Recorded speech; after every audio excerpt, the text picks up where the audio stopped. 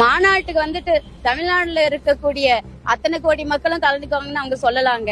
ஆனா விழிப்புணர்வே இல்லாதவங்க தான் போவாங்க. ஏதோ பக்தி என்ற பெயரில் அழைக்கிறாங்களே.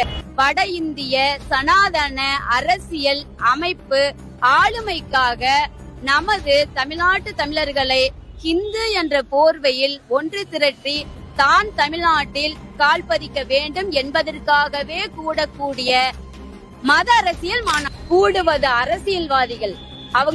அவங்க அரசியல் அமைப்புக்காக கூட்டம் கூட்டுறாங்களே தவிர மெய்யான பக்தர்களுக்காக பக்திக்காக கூடும் கூட்டமே இது அல்ல.